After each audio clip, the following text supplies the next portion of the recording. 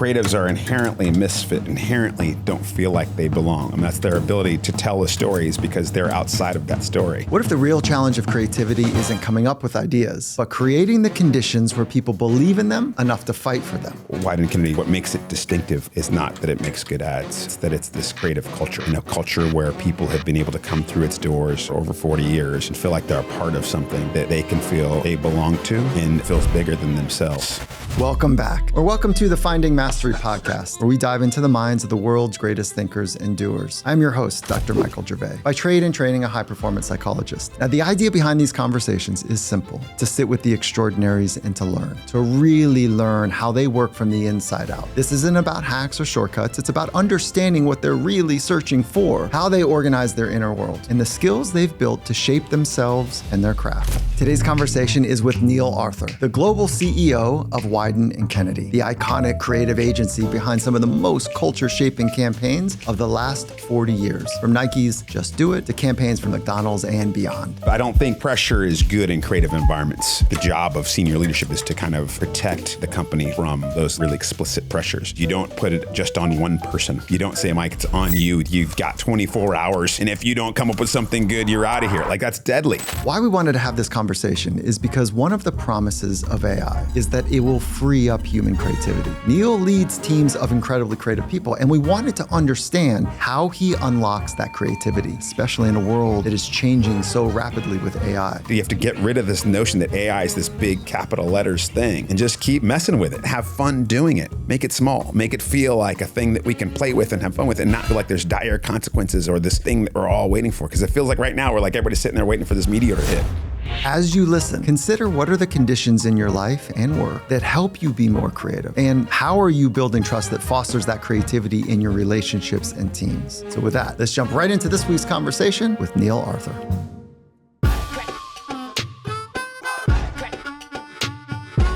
Okay, Neal. All right. Yeah.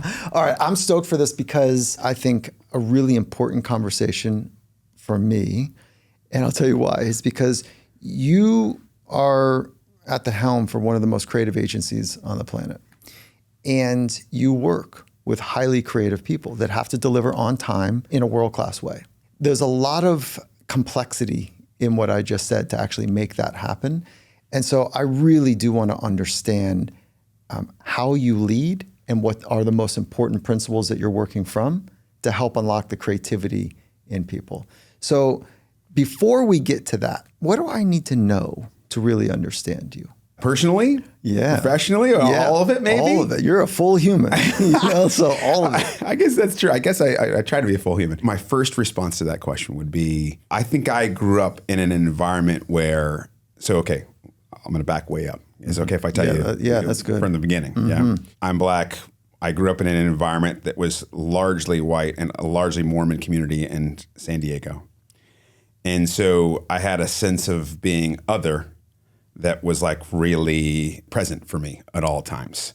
And I feel like I was always in this sort of act of figuring out if I fit in and how I could fit in. And like everyone, but I think it was just kind of like really pronounced for me. On two fronts, meaning the Mormon front in a predominantly race and religion. Yeah, race and religion. It's those two things. And I always say that those two things are like super important defining factors for me. And the net result being, it was a feeling of always feeling othered, in a really surface and substantial way. And so I bring that up because I feel like that's a thing that I experienced my whole youth, and it's an experience that I like subconsciously identify with in others at all times. So I kind of felt like I wanted to work in a place and be around people that I could I'm always very conscientious of trying to make people feel less other and feel more a part of something. What a gift. And so I don't know if it didn't feel like a gift, but it may. What you've done with it for others feels like a gift to them. Like you were able to use the thing where you had the most struggle or a big struggle. I don't know if it's the most, a big struggle, and convert it to something that is benevolent and kind and inclusive. And you're touching on the belonging thing, which is one of the core drivers for all of us. So I think there's a lot here because you're pointing to how you make others feel and how intentional that is for you.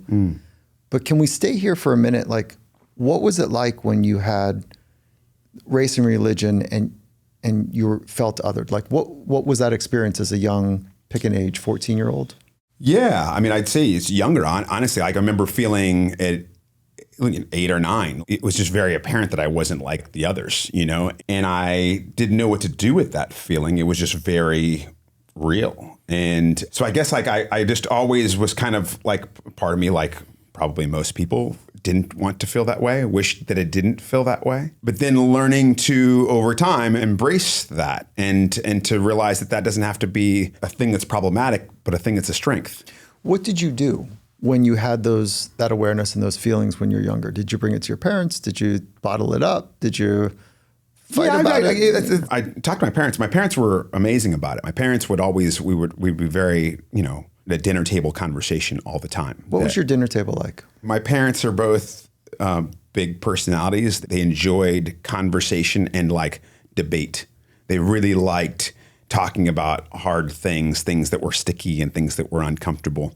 And they didn't just ask me how my day was. They would talk about the things that would have bothered me in that day, the things that made me feel pain, the things that made me happy and why. And so we talked about these things. And do you have brothers and sisters? I have 2 sisters. Yeah, they're both younger. And they were part of these dinner conversations? Yeah, for sure. Okay, so mom and dad are loud or soft? Dad's louder. Mom's softer. And my dad would do a lot of talking. My mom would do a lot of listening. And you did feel like you had outlets for both, or you had the ability to respond to both. What's a question that still you remember them asking that was important to you? My dad particularly, what do you want to be?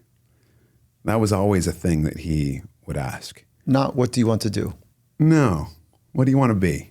Mm-hmm. That's an interesting distinction. Oh, totally. Being and doing are oftentimes at odds for most people. We as humans are pretty good at doing. Less good at being. And so that tension, world-class athletes have been changing that model for the last maybe 5 to 7 years. And they've been demonstrative with me about it, which is the idea that I need to do the extraordinary to be extraordinary is broken. It's flat out wrong. It never was really right. They're waving their arms and saying, no, I need to learn how to not do more to be more. I need to know how to be more and then let the doing flow from that place. Be more present, creative, open, connected, honest. And whatever doing flows from that place, it will be a better experience for all. Meaning that that's the way to get to the high art of life and the high art of the craft is to switch the ordering from focusing on extraordinary doing to focus on grounded being, and then layer on top of it a technical skill prowess that is unapproachable. And if you get that ordering right, and athletes are demanding it right now on the world stage. I think the most switched on ones have always wanted it that way. You know, Bruce Lee, right? Go down the ranks of those types. It wasn't just about doing. But I'm curious about, I'm guessing we resort to doing more often because it feels more goal-oriented and tangible. That's right. Yeah. So it's easy to say like, I want to score this many points. I want to, I would be in the record books for X. Whereas being, it feels less maybe measurable. Is that, am I yeah? Yeah. Like how do you measure the value of how well you were being today? Right. Yeah, but totally. But a scoreboard you can see. Yeah. But the internal experience is completely private. Yeah. And we all know, maybe you felt this in your life at some point as a executive, is like you're getting it done, but you don't like the company you keep going home. Right. Like you're getting it done, but like you're agitated, irritated, frustrated, tired, overwhelmed. And like, how long am I going to do this? That's a pretty common experience for most people. The doing is legit, but the being is quietly suffering. So the fact that dad introduced that, or you remember that he introduced that, memory is fallible in a lot of ways, that the being part was important for dad. This is going to be important as we're getting to how you help unlock creativity in other people and how you structure a leadership model from that. Are you being the person that you thought that you wanted to be as a young kid? This is illuminating because I do think it was a massive gift that we were given, my sisters and I, because the focus on what we wanted to be, although less measurable, was more substantive. It was more and more flexible. So if you asked me what I wanted to do, I would have said, like, my dad was a lawyer, and so I thought that I was going to be a lawyer. Like that was a thing, and that was like a very clear goal. But like what I wanted to be, and I obviously didn't become a lawyer. I went to law school for one day and dropped out. But what I wanted to be has been consistent since those early days, and so yeah, less measurable. But can you put some language to it? How you were? Yeah, I guess I wanted to help people feel comfortable in the environment they were in. That's what I would say. Yeah. You know, has that been your core felt suffering that you've experienced? Yeah. Yeah, definitely. Yeah, definitely. And when you say it out loud now, what happens for you? I think I feel a bit surprised by how linear that journey has been, because I've had all sorts of different jobs and I've had like 9 lives of things, but like to realize how consistent and how clear that felt to me, even when you asked me to think about those dinner conversations, being 8 or 9 years old and realizing that's the thing I felt, and that's still the thing that I'm feel compelled to do. Yeah, right. Kind of blows my mind. I just want to say thank you for being part of this podcast. We put a lot of love and care into each conversation, and it would mean a lot to us if you could do 2 things. If you could hit the subscribe button below on the Finding Master YouTube channel and give the video a like. It's a free, no-cost way to support the podcast, and it helps us continue bringing these conversations with some of the world's best thinkers and doers to you. Again, just like and hit the subscribe button below. Thank you so much for being part of this community. Let's keep growing. Let's keep exploring together. This conversation will stick with me because the questions I ask my son, he's 17. Success for me is an adult relationship with my son. That's one definition of success that's really important to me. It's multifaceted. It's not ever a simple definition. Sure. But the fact that your father was asking you questions that you still think about today, that come forward and it's still a through line, to your language, what a gift. Like, what are important questions that you ask yourself and others now? So let's start with like an interview. Like in an interview, I get so little from like, what have you done or what jobs you done. When you're interviewing somebody. When I'm interviewing somebody else. Yes, sorry. Work for your company. Yeah. But I ask everybody to say, well, just tell me your story. And I'd love to start from the beginning. And it's just incredible. Like it's what we just did. Exactly. Right. Yeah. And I feel like I get everything, not everything, that's overstated, but like I get so much. But you made a choice to go, let me tell you the most important part of me. When I asked, like, what do I need to know? And you said race and religion, othered feeling, and family was really important. I guess I could have answered that with, I went to high school in San Diego. Like, you know what I mean? No, you went straight. So it's not, this is a fun kind of log rolling, like we're watching the logs roll, is that what I'm watching for is not the actual mechanics of your answer, but the choice that you are making and not making. You didn't say, sport. You didn't say, music. You didn't say whatever. You went to interpersonal and you went to an honest struggle because that's what you want me to know about you. Like that's foundational. Right. Totally. Yeah. So I love that we are bringing kind of the process forward that is happening underneath both of our surface. Right. Yeah. Yeah. Totally. So one last kind of stay here is that what is it like for you to bring it forward? Sorry, can I just to keep with this log rolling analogy?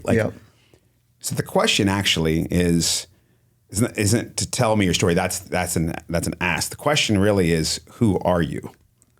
Right? Which is, I guess, derivative of my dad's, who do you want to be? Who do you want to be? Yeah. Yeah.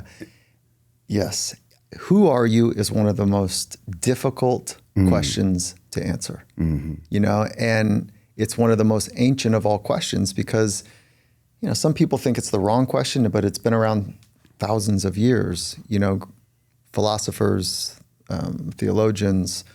Who are we? Who am I? Who are you? And some people say, no, it's actually the question is, what are you? Not who are you? But that's for another conversation. What is it like to talk about this? Is this heavy? Is it light? Is it, you've used the word linear? Is it illuminating? What are some of the words? This is in many ways, this is like the safest place I could feel. Yeah, right. You know what I mean? It gives me energy as opposed to, like if when you get into like a rote conversation where you're just exchanging information, I'm like, I lose interest really quickly, So is energy around what you do, is that an important part of how you organize your life?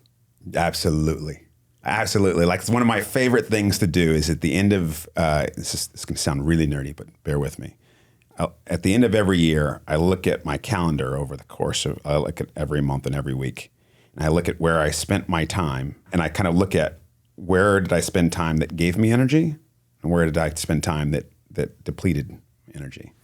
And do you do that by color coding things? Like, how do you? Yeah, kind of like oftentimes physically and sometimes just mentally, but it's kind of like there's just red and blue, Yeah, and, above the line, below the line, right. red and blue. Yeah. Right. And so are you looking at it week to week, or are you looking? Yeah. So you're looking at the week like, oh, that week, wow, I don't remember having a buzz from that. Yeah. I remember that was like a slog week, and for sure. Oh, look at that! I didn't stand up between 12 meetings in a row. Yeah, for sure. Yeah, okay. Yeah, for sure. And to be clear, it's not like just where I like my personal, like things I like. It's not that. It is an energy thing, and because ultimately I believe that if you invest your energy in places where it's enriching, that's going to be positive for everybody around you. You know what I mean? And your impact will be higher. And so I want to find places where I can have the greatest impact and minimize the places where I don't. You know what I mean? So like that is, it's not by any means just an exercise in like, I like eating ice cream, so I'm going to spend more time eating ice cream. It's figuring out where can I have the greatest impact versus the opposite. Yeah, it's not like you're selfishly saying, well, I didn't surf enough. Right, yeah. Totally. Like it's okay. Yeah.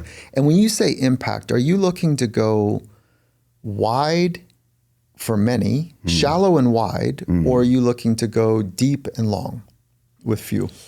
I guess my knee-jerk response to that is deep and long for sure. Yeah. Yeah, for sure. So shallow and wide isn't. Yeah, you want to take a couple clients, a couple relationships, for sure. and then go as far through that tunnel as you can. For sure. And feel like, I want to feel all day like I'm building something substantive, like I'm building something lasting. And when you find the right people, whether that be inside of Wieden+Kennedy or outside of Wieden+Kennedy or at home, that's the thing. I want to look at the end. I want to, at the end, be like, the relationships that we've built and that I've invested in have had real substance and sustainability. So let's go to your role as a CEO. How do you define your role as a CEO? There's lots of functions that CEOs can take. How do you define it? I think it really is trying to uphold the values of this organization and Wieden+Kennedy, without getting too far into it, is like what makes it distinctive is not that it makes good ads. It's that it's this creative culture, and a culture where people have been able to come through its doors for over 40 years and feel like they're a part of something that they can feel they belong to and that feels bigger than themselves. That's the gift that Dan and David have created and given to us. The founders, thank you. Mm-hmm. And I feel like it's Carl, my creative partner, Carl and I, it's our job to make sure that's upheld. Okay, so let's rewind those big words for a minute. It's a creative culture. Yeah. And then you said that people can do something. I missed that. Do something that's bigger than themselves. Which stacks purposely with the science of purpose. Purpose has 3 legs to the stool. It matters to you. It's bigger than you. It's out in front of you. So it's something to work toward. Okay. So you're laddering to the science of purpose. And then you added a third variable. You can fit in. Which is your whole thing. Which is my whole thing, right? Okay. Because the idea is that, Dan used to talk about this very openly, but it's like creatives are inherently a misfit. He called Wieden+Kennedy the land of misfit toys. And creatives inherently don't feel like they belong. That's their ability to tell a story is because they're outside of that story oftentimes. Most people, if you're a fish in the water, you never know that you're inside. Yeah. Creative's ability to step outside of that environment isn't just because they choose to, it's because they feel outside of that environment. They have an ability to observe things and then talk about things and tell stories in a way that comes from somebody observing, to be what many of us experience every day. And so you're talking about a group of misfits, and the culture of Wieden+Kennedy is to be the only place, ideally, or not ideally, but it happens to be, where those misfits, in quotes, can all feel like they're part of something, can all feel like they're in the same water. And yeah, so and is that a word you use we do, in the hallway? Yeah, we do. Like, we're a bunch of misfits here. Let's get this thing together. Absolutely. Let's get it right. Like, okay. Yeah. Yeah, I like that. But the way that you just described it, there was a sensitivity to being on the outside. Yeah. That's different than being othered or feeling other. Tell me more about that. I don't belong versus, no, I'm actually here, but I'm not completely in, I'm observing. So that's what I heard, which there's a loneliness I felt in, as you're describing it. The othered experience is like, man, they're not letting me in. Like, this is like, I don't know, maybe they are, maybe they're not, but I'm definitely not in. Right. That's how I experience, like, when I don't fit in whatever kind of room or space I'm in, certainly when I was younger, versus like being an observer of something. I'm trying to figure out, honestly, which. Like, it's like, I guess the thing I would say is what happens a lot at Wieden is that people, they don't know this environment exists in the world. And when you get there for the first time, you have this feeling of like, oh, wait, it's enough to just be me. And that's some powerful shit. You know, I love that you said that. In football, one of the head coaches I'm working with in the NFL, he says, yeah, we're on to some high-powered shit right now. High-powered shit. High-powered shit, exactly. Yeah, right. Yeah. Okay, and that is, I fit here. I'm a misfit many places, but I fit here amongst my people. Yes. What do you do in the hallways to pull that way of being forward? Let's go two ways, like in the hallways, if you will, or in the meeting rooms or whatever you're doing. What have you learned that congeals that great energy, and what kills that? Great. So I guess when somebody starts at Wieden, they feel like they've joined this really creative company, and they feel like a certain pressure to put their best foot forward and show up, show out, right? And the reality of it is what you're trying to do for people when they start is to get them to just, no, you're enough. You're good. You've already done enough. You're here. And who you are is what we're trying to see. In sports, I feel like when an athlete gets drafted in the first round, there's this incredible expectation. They better perform and they better deliver. And I feel like in our environment, you're trying to get them to just understand, no, it's just enough to be you. It's crazy how you can almost see the moment when that unlocks. When somebody goes from wanting to prove that they deserve to be here to feeling like the realization that it's enough that they're here, that who they are is good. It's awesome. Like, you see it in their physical form, they change. The shoulders roll back, and there's a confidence that is real confidence, that's security, that's self-assuredness, that's like real stuff, not any of the put on performative stuff. They also do need to execute. They need to deliver on time the things that you've promised to your constituents. So how do you balance the belonging and the being amongst us misfits, and you do actually have to meet the deadline that we've put in place with some high-powered stuff? I don't think pressure is good in creative environments. You know, I'm sure there's probably tons of places where that's the case. I feel like the job of senior leadership is to kind of protect the company from those kind of really explicit pressures. Do you have deadlines that you work from? Absolutely. Okay, so how do you... I think one of the things that you do is you don't put it just on one person. You don't say, Mike, it's on you. You've got 24 hours, and if you don't come up with something good, you're out of here. Like, that's deadly. My creative partner right now is listening, and like, I'll say to him like, "Hey, how you doing on that thing?" And he'll go, "Oh, good. I'm glad you reminded me, because I haven't been thinking about it for like the last 48 hours that it's due tomorrow." Like, appreciate you. Yeah, totally. Like I just I'm totally failing. Yeah, Is that right? You there's no way to put that pressure on somebody and expect something good back. Like, there's just no way. But so teach me. Like, he's got a deadline. Yeah, sure. Okay, I don't have a team, a luxury. Well, we do. We've got teams. One of our leaders here has moved to like more of a swarm team, as opposed to the one in the woodshed that is like, driving something. So I guess that's the first. So I think there's an organizational thing, which is you never try to put it on the shoulders of one person, because the general premise is if you want something great, applying massive pressure doesn't help. So if you believe that premise, then what you have to do is you have to offset. You have to kind of have a group of people, not just one. I think it's another thing that's really important is I think as a leader, you have to be in it with them. You can't just ask them to do that. So if this thing whole falls apart, if on Friday afternoon I say, all right, gang, Monday morning, see you at 8 a.m. and it better be good. No way. Like, I've got to be there, figuratively, literally, during that time and in it with them. And if you're in it with them, like my partner, Carl works through, he'll never ask somebody to work on something that he won't work on himself. He'll put up things up on the wall. That gives permission to others to put more things up on the wall. And then you're going. Then that's where momentum happens. It'll never be because somebody from up top in some hierarchical organization goes, I need to see this by Monday. So I think you have to have a group of people, so it's shared, like it's a writer's room style, like Saturday Night Live. And I think you have to be in it with people. And then I think the process, what's interesting is it goes from then being a process that feels pressure oriented and starts to feel like a scarcity sort of notion to one that actually feels energizing. And one that feels like there's momentum and energy going towards putting it. Because the best part of our day is just sitting here talking about ideas, talking about what things could be real or interesting for the brands that we work on. It's fun. It's like you get excited by it. And so to turn that into a pressure thing where you're just kind of like put it on one person and say, see you in 24 hours, you're robbing them of the chance to succeed and the chance to enjoy the process. I got some stuff wrong. I got a lot to learn from you here.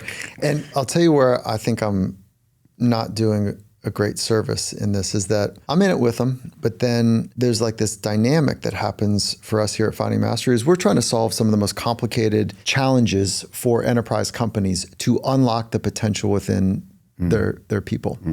And so that's our mission. That's our mandate is we see that human flourishing is possible. Where's the place to unlock potential? Inside of the walls of work, because that's where adults spend most of their time. And so we're trying to teach employee bases the same way we're teaching athlete bases. There's a whole set of psychological skills and practices to unlock all of that dormant goodness, greatness that's in there.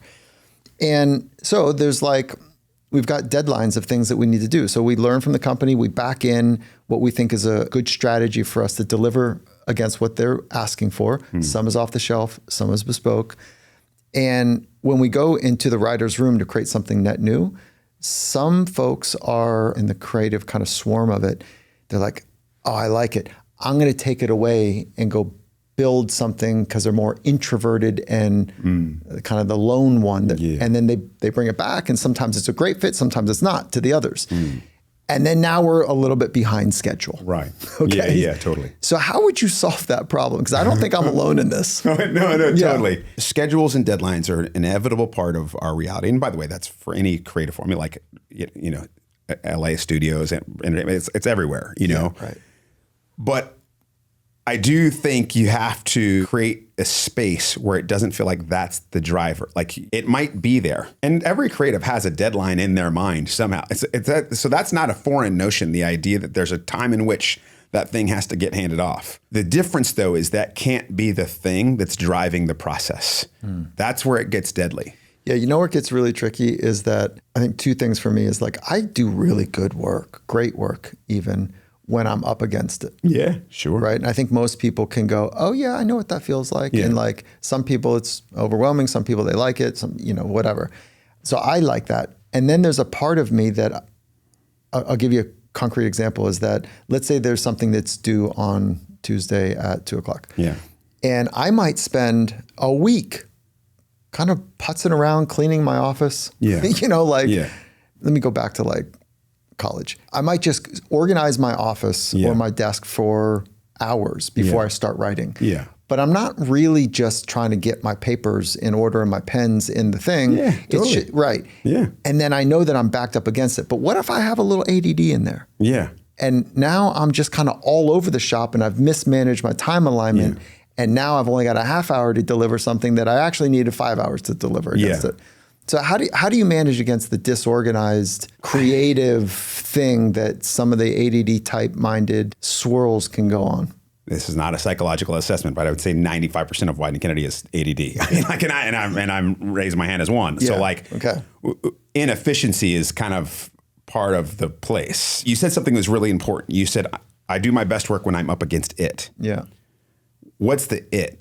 Is the thing. Because if the it is like a time-oriented deadline for a thing that you were to hand in without any of yourself attached to that, who cares? I like what you're doing. Who cares? That's right. That's a deadline that doesn't motivate me. That's not how I work, though. Right. That's right. Like what we do well is when we're up against it being something that's going to have a chance for myself and to show up in a way that feels like growth, that feels like an opportunity. Like there's a lot of organizational things that are in that, right? So for example, good job. Yeah. That's like super clear. Our people they present all their own stuff. They don't hand it to me. They don't hand it to Carl, and then we go share it in a meeting with important clients. They do that. So their motivation to do something isn't for us, isn't for the company. It's for themselves. That's when I feel like what we're up against. Is really important, and it has to be something where it's personal. It's very personal. Yeah. We've got 4 S's that we work from here: soul, substance, speed, and scale. Okay. These are hard. These are hard. If we go speed and scale, but we miss substance and soul, what are you doing? Trash. Yeah, trash. If we go soul and substance, but we can never, we're still doing kind of 101 stuff. Yeah. And we have no speed. Then you haven't done anything. We don't have a business. Yeah. You know, we have anything. And if we've got no scale, then it's like we're not reaching the ambition. Our ambition is to help the world flourish. So if we do it for just a handful of people, then great. That's a practice. Right. Like a psychotherapy practice, you know. So those 4 S's are what's always guiding kind of our decisions. So I over-index on soul and substance. Yeah, I see that. I see that. All right, so let's go to 2 things. What are the primary principles that are guiding Wieden+Kennedy, and what are the primary principles that are different for you personally, if there are any? So this is like a Venn diagram. Okay, got it. Right? Yeah, and totally. Is the Venn diagram of the first principles in Wieden+Kennedy the same first principles for you, or are they very different? They're pretty damn close. Yeah, that makes it easy. Pretty damn close. You know what I mean? And that's what makes me feel an incredible amount of gratitude for the place. There you go. You know, when you recognize one of your employees or somebody that you're working with that there's too much of a delta between their philosophy and the company's philosophy, their mission and purpose in life and the company's mission and purpose, how do you help guide them? This is a really interesting space because what's interesting about Wieden is that it's a place where ultimately it's about you. And I think that's one of the challenges of working with tons of companies. The whole organizational structure of a company is kind of designed and built to kind of erode soul. You know what I mean? It's like you start with kind of these mission statements and these things that are like, well, at so and such, we believe this. The minute you do that, there's no space for me, Neal, in that thing. And if you get to the core of what we really do, that's what we're trying to figure out where the soul is. In your client's company? In our clients' organizations. And that's never on the boilerplate. It's never on the website. It's by talking to the people who are physically and emotionally like believe in that thing. And it's weird how those are oftentimes very separate. And so it's you never go in and say, hey, I want to make a 60-second ad. You'll find somebody, and hopefully more than one person that you go, woo, that's the heart and soul of this thing. You know, we just found this place's truth. And what are you listening for? What's the tuning for that? You know, the minute that it feels like it's like a personal mission, you know, like the minute that it feels personal. Because whenever you start with a client, you kind of meet a bunch of different people and you hear a lot of like long-standing mantras and vernacular. Yeah, right. But then you meet somebody who's like, oh, I'll tell you why. You know, and then you kind of go, ooh. You know what I mean? Like everybody leans forward and goes. This is like the energy that is so attractive to me in environments of consequence. Because if you're not about it, if you're not committed to an honest approach to your craft, to your teammates, call it your partners in the thing, people get really hurt, sometimes die. And it's a forcing function for high-powered, honest stuff, honest commitments. And that's what I feel like you're tapping into is like, what's the real stuff here? And you get someone that lights up and you're like, oh, that came from... Okay, let's shift gears to like some of the amazing companies that you have worked with. Were you around for the origins of Just Do It? Oh no, I was a baby at the time. So that was too young. But I will say is, and this is what I didn't know at the time, but when I saw the work from Just Do It and the work that came after it. I remember literally watching, it was Spike and Mike stuff. That stuff, it jumped out of the TV screen and felt like a character in my house. And as a kid who was othered and who had a sense of otherness, and I was like, whoa, somebody sees me. Somebody, physically looks like me, somebody who talks like me, and it was profound. And so that went from there's an ad where they had a jingle and all that to feeling like a personal and human connection. I didn't know that was possible. So it wasn't until years later that I found that there was a company that did this stuff and get to work with a company like Nike and it all came together. But I remember the feeling of that. Yeah, right. Okay. and I was kind of chasing that subconsciously for a long time. And so that informs for me, it's like what we talk about a lot is just truth, is getting to truth. And so what's often the case is when you meet with a client, they tell you what they'd like to be.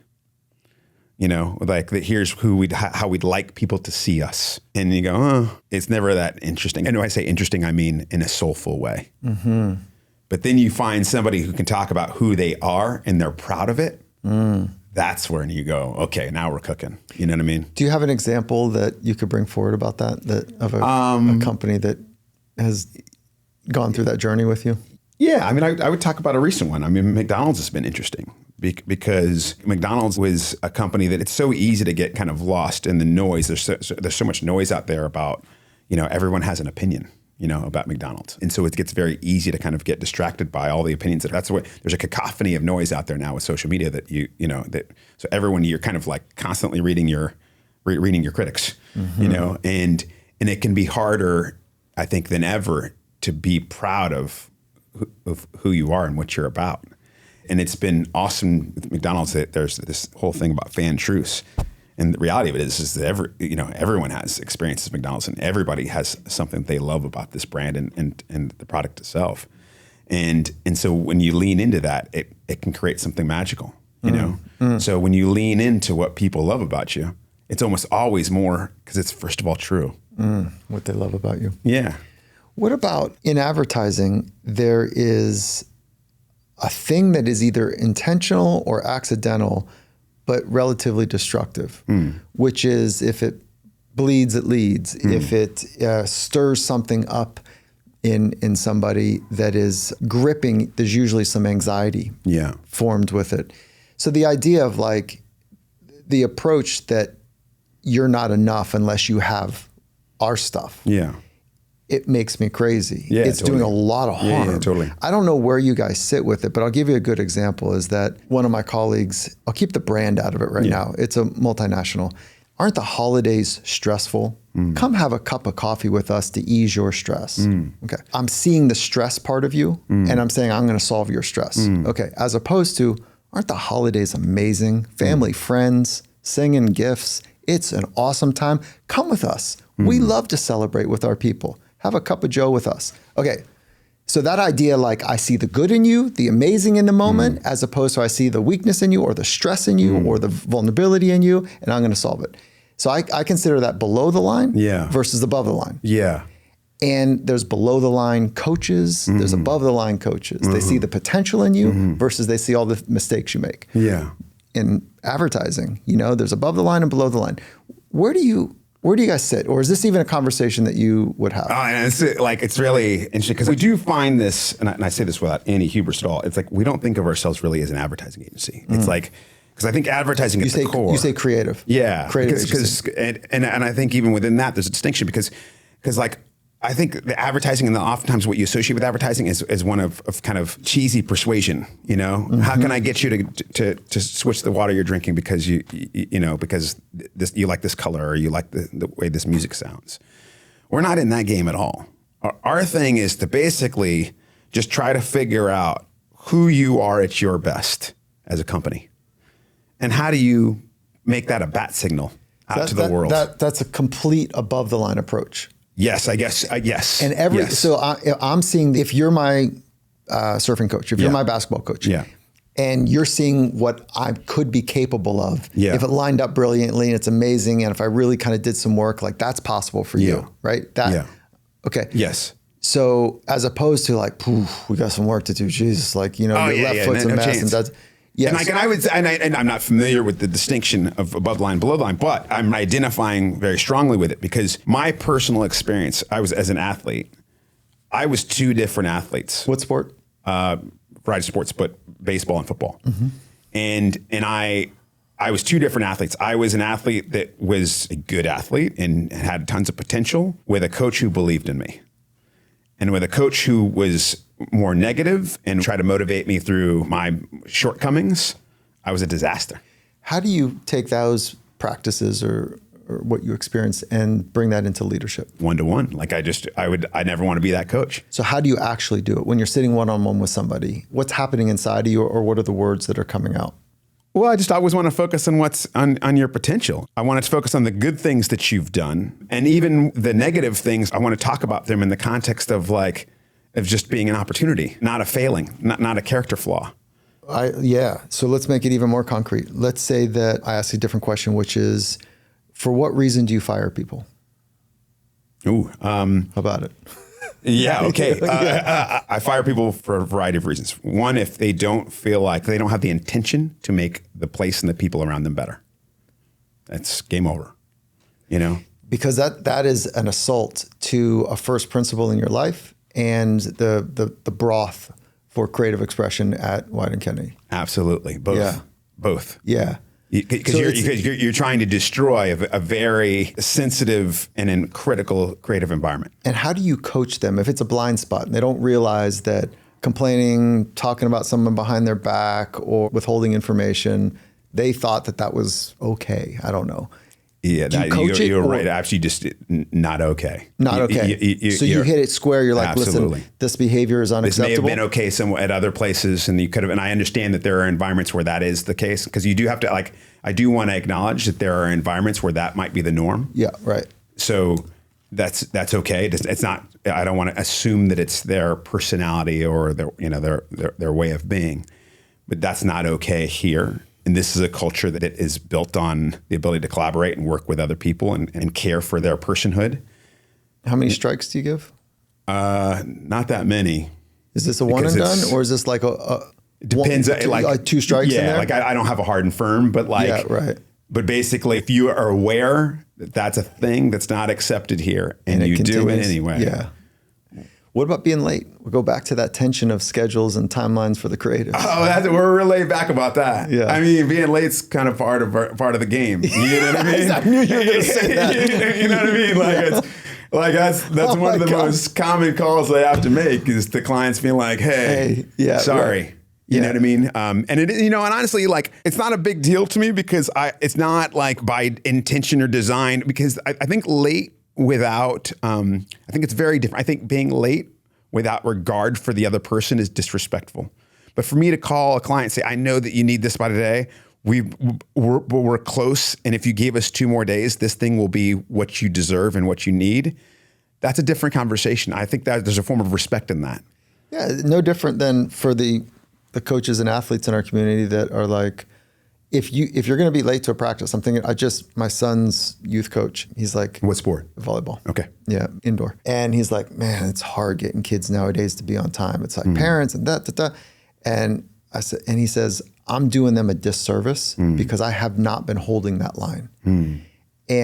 But if you get into the pro ranks in any sport, be early. It's a mandate. Not on time, be early. And he says, I'm doing a total disservice when they go to college and they're sliding in a few minutes late to everything. I'm doing a great disservice. So holding people accountable to behaviors is a tricky thing. You kind of back yourself into, a corner sometimes. And so what you're just talking about there, I'm like, that idea holds up in sport as well as in business. Yeah. Like, hey, I'm sorry, I'm going to be a few minutes late, got caught up, It's, give me a pass on this one. It's out of the ordinary type of thing. Yeah. Yeah, right. Totally. All right. So let's do this. Let's think about what you're seeing around corners. Okay. Go out 5 to 10 years. Go out 3 to 5. Whatever horizon is interesting to you. I have a hard time going past 3. Yeah. You do too? Totally. Yeah. I mean, hard to go past 2 weeks. Yeah. Okay, good. So let's try to go out 3 to 5 as a horizon 1 and 2. We got AI coming on strong. There's a promise that it's going to free up the mundane to open up human creativity. You're sitting at the helm for one of the greatest creative agencies on the planet, and you're working with the most highly creative people. I'm sure you're using AI, I'm sure that there's practices. I'm not interested in that. I'm more interested in, what are you seeing first? What are you seeing in 3 to 5 years? And perfectly fine to say, I have no idea, but what are you thinking about humans, AI and humans 3 to 5 years out? I agree with all of what seems to be common pervasive knowledge that there's not a fad or trend thing. It is going to be massively transformative to society. It already has, and to some degree. The straightforward answers, I have no effing idea what it's going to be in 5 years. I don't think anybody who says they do is lying. I think the thing to me is how to manage through this time when nobody knows what's next. That's the interesting question. Because I could care less what the pundits would say is going to be, because we don't know. In the corporate world, everything's about stability and like a clarity of kind of knowing what's next. When you don't have any clue, how do you manage that? Managing through change and chaos, that's going to be the thing for the next 3 to 5. And if you can figure that out, you will crush. What do you think is the mindsets that are critical to manage through that chaos and change? My thing is, I feel like the biggest mistake people make is they kind of wait. I think there's a paralysis that's happening right now, and I feel it, of like, what do we do? And so everybody's just waiting for this moment when there's like a definitive conclusion about what AI means for client X's business, and so everybody's sitting still. Are they pulling back capital resources for you guys? No, I think it's right now. What I feel most is just kind of wait and see. Mm-hmm. And I think that's actually a very dangerous place to be in. I think what we have to do is demystify the idea that there's going to be this one sweeping moment of change that we're all waiting for, and then things will be clear, and then we can get back to normal. I think we have to lean into the chaos that is now. I think we have to make it feel, what's the, how do you eat an elephant? One bite at a time. I think you just have to play. You have to get rid of this notion that AI is this big capital letters thing. And just keep messing with it, keep playing with it, keep tweaking it, have fun doing it, enjoy the process, because that's what we're doing. Like, we're loving the prospects of AI. It's amazing. It's amazing the impact that it's having. And we're doing all the ridiculous things that you can do with AI and pushing the boundaries of what's possible right now. And that will have application. They'll have application everywhere. But I think the biggest thing you have to do now is to kind of embrace the idea that it's not about this big sweeping thing. Make it small. Make it feel like a thing that we can play with and have fun with, and not have feel like there's dire consequences or this thing that we're all waiting for. Because it feels like right now we're like everybody's sitting there waiting for this meteor to hit. It's like, right. Oh no, don't just sit there. Generally, I think I know the answer, but I feel like generally your framework is to be an optimist. Yeah. Right? Like in life. Without a doubt. Like you see that there's good. Yes. That's going to break free out of whatever conditions that we're in. Yeah. And definitely. There is obviously real concerns. It doesn't mean that there's a naivete for an optimist. People like to say, oh, I'm not a pessimist or an optimist, I'm a realist. I mean, realist, it just, how do you see the future? Do you see it as bleak or as bright? Yeah, like totally. you pick, you can be grounded in reality in both of them. Yeah. All right. So there's an optimistic frame, and what you're suggesting is like, let's not wait for the meteor to hit. Yeah. Let's actually wrestle and play now. Yeah. So is play a big word for you? Yeah. I mean, I wouldn't say that I use it all the time, but it's definitely like the ethos. It's like, it's just advertising. It's like we're always trying to demystify that what we do, we're not doing it like you do real stuff. We don't. It's funny. Yeah, right. If a meteor hits and kind of wipes us out, I'm not sure we need sports psychologists, by the way. Okay. The world's going to be okay. Yeah, right. We need some agriculture. Yeah. We need some stuff. And it's dumb, but it also is important. It gives you permission. Like the minute you get high and mighty on, I'd say almost anything that we do, and certainly what we do in this business, you lost the plot. So in that there's permission, That's very cool. So let's go back to you for just a minute here. Dior had Balenciaga. Kobe had Jordan. Beethoven had Feeney. So who's a muse? Who inspires you that you are looking to, that are either alive or not with us, that helps guide your thoughts, words, your inspiration, your actions? Oh, I mean, no question, Dan and David. Really? Yeah, for sure. Founders. Yes. Yeah. I mean, those guys, the fact that they kind of wanted this culture to outlast them. So few people have it. Most people who create companies, particularly creative companies, they want to be known for for what they built and for what they made. And these guys wanted a culture that outlasted them, you know? And I think about them more than I'd care to admit. Like, not in a fundamentalist way at all, just as a pure inspiration for like what your value system needs to be, you know? Very cool. What a great alignment. Oh man. Yeah. Yeah. Yeah, Gift. very cool. All right, so we covered a lot of territory. I'm interested, like, what are you working on now? Like, what? Maybe it's in either internal or business wise. What are some of the things you're working on? A lot of people talk about balance and like, I don't have any, like, I don't like. There's two of us in this conversation that don't know balance. You know, like, I don't, and like, yeah. And it works. It's like, I don't have this delineation of like what I'm doing at work is different than what I'm doing. It's the same shit, man. I'm trying to like figure out how to be myself and to be accepting and create space for others the whole time. There's a component of modern leadership that you embody that I think is worth just noting, which is you're very porous, meaning you have not compartmentalized, this is who I am at work and this is who I am at home. Like, you are being you in whichever room, in this case, that you inhabit. And so that fluidity of accessing the primary parts of you in any room is part of the walk of mastery for sure. So that idea, like, man, I don't know, I'm just trying to be me. Yeah. It's really freeing. And then how good are you at emotions? I think this is another component that's essential for modern leaders. Yeah. Is to understand that we're all playing an emotional game. Yeah. And do you treat emotions as kind of just a general thing? Or is it, or is there room for? So look, I'll operationalize it like super concretely. Emotions are physiological sensations that are observable. Yeah. So if my heart starts pounding, you're going to see my skin change. You're going to see maybe me start sweating. Yeah. If my hands got a little tremor on them, you'll see that. They're observable. That's an emotion. The way I make sense of the emotion is the feeling, and that's private. So say I've got a little jitter going or my breathing's changing, I go, man, I feel great. I'm alive. Whew, this is amazing. So I'm excited.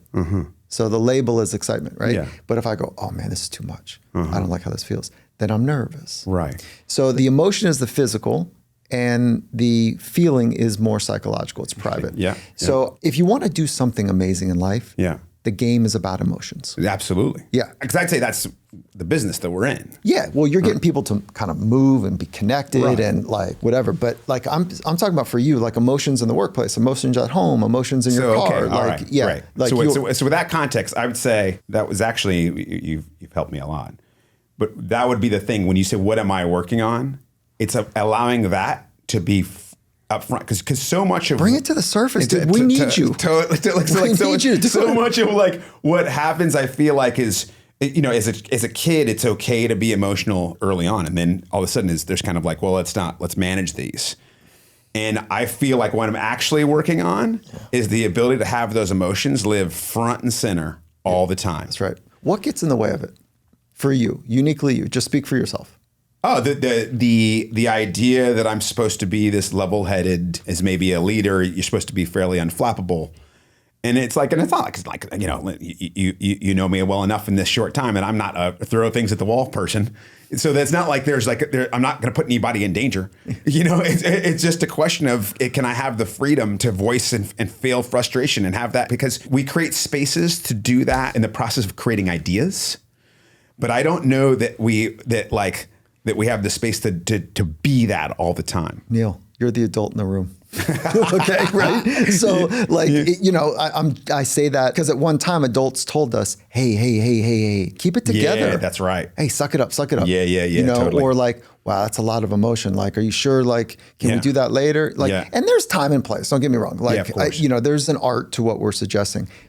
You're now the parent. Yeah, that's right. I don't mean that derogatorily, but in the structure of hierarchy, like when you're like, "Whew, guys, I'm feeling something here," you know, hold on, and maybe your eyes are flooded, maybe you're shaking a little bit, maybe you're sad, maybe you're like tired, and you're like bringing that forward. It's awesome. Yeah. It brings permission for other people to work from the loudest and the most intense part of the human experience is the emotional bit. Yeah, totally. And if we're muting that, yeah, we have muted the human experience. Yes. So how about and listen, I love that push, because I think ultimately Dan had a thing where he said he loves the place most when it feels like it's off the rails.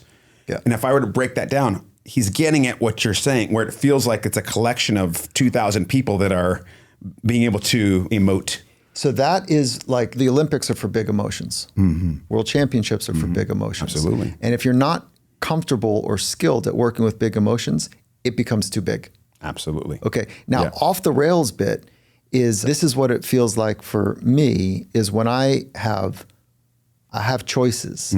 I can open up the aperture and have emotions flowing, and I can close it down a little bit. Like I've got a management of that is pretty good. But there's a difference between like a comfort zone and an uncomfortable zone, and this thin porous range between the edge of uncomfort and panic, where it's like, well, if I open up that level of aperture, I might fall into 1,000 pieces. Right. That is where the unlocks happen. Right. Right? You get some good stuff in the uncomfortable zone. Right. But when you're right at that edge, right. And this is what the greats have taught me, like that is the place to play. And if you can play right on that panicked edge, right. and it's emotional, you don't know how it's going to go. You can fall into 1,000 pieces. Yeah. You likely will. And sometimes you're going to unlock something that is beyond what you even could imagine. Yeah. That's the place. I love this. I love this too. Yeah. Sorry to get on the soapbox there. Yeah, come on. Yeah, good. All right. So look, thank you for helping me feel what you're trying to build as a modern leader, guiding people to unlock their creativity. And you've been doing it a long time. And you give hope and promise to like this idea. Let's just play and wrestle with AI. That's cool. And let's keep seeing what's possible in people. Hold the potential as at the front. And you call that above the line. Above the line. Yeah. Okay. Yeah. But and that's like, you're going to hear that in your head now. Is this above the line narrative? Is this below the line? You know, one of my favorite coaches is in football. He's like probably 6'5", traps coming out of his shoulders, like bald head, lumpy, great human, and he's gruff. And he goes, Mike, man, I step on a lot of people's shoes, but I'm going to promise that I'm going to get on my knees and I'm going to scrub them back to my best ability. But man, I certainly like step on shoes, and like, you know, it's like, that's still above the line in the spirit. Totally. Like he wants to help build. Which, by the way, that's a very important point that I think gets lost sometimes, is the idea that there's a notion that you have to kind of always love people and always kind of get, you know, you're only focusing on the positive. I think that's a shortcoming. I think that you're not giving people the chance to succeed. I think we have this thing, there was a creative director that worked with us for a long time, and he used to say you have to be hard on the work but soft on the people. Cool. And I love that notion, right? Because I think that ultimately people want to be pushed. You know what I mean? I think people want. I use the word challenged. I think people want to be challenged to see how far they can take their ideas or their expression of their craft or whatever. And exacting high performing environments are very, very nauseatingly difficult. Right. In my experience, I don't know what it's like to work in Wieden+Kennedy, where it's like maybe it's the most playful, fun, amazing, but only my experience has been that it's really hard. Yeah. It's on. Yeah, totally. And you got to bring it. Yeah, totally. Yeah. And I think the difference being is, are you bringing it for someone else or are you bringing it for you? That's right. And I feel like that's when our environment's at its best, there is pressure, but that pressure is because you want to show up and show out for yourself. Yeah, right. You know what I mean? And comparatively to the other people that are around you, you know, and there's a healthy competition in that. And a healthy is an important word. Yeah, cool. You know? Right. What a fun conversation, man. Thank you for spending time coming in and kind of getting down into the truth of it. Oh, it's a pleasure. I wish I had my notebook out the entire time. But we'll send it over. We'll send the transcript over. Yeah. There's these AI tools for that now. Yeah, exactly. Right. Yeah, good. But thanks a ton for the time. Appreciate it, man. Coming up next on Finding Mastery, we're joined by Matt Garman, CEO of Amazon Web Services, one of the most influential voices in technology and AI. In this episode, Matt and Dr. Gervais tackle one of the biggest questions of our time. Is AI replacing people or empowering them? They explore what real leadership looks like in an age of automation, how to make high-stakes decisions at scale, and why human judgment still matters most. Join us Wednesday, November 5th at 9 a.m. Pacific, only on Finding Mastery.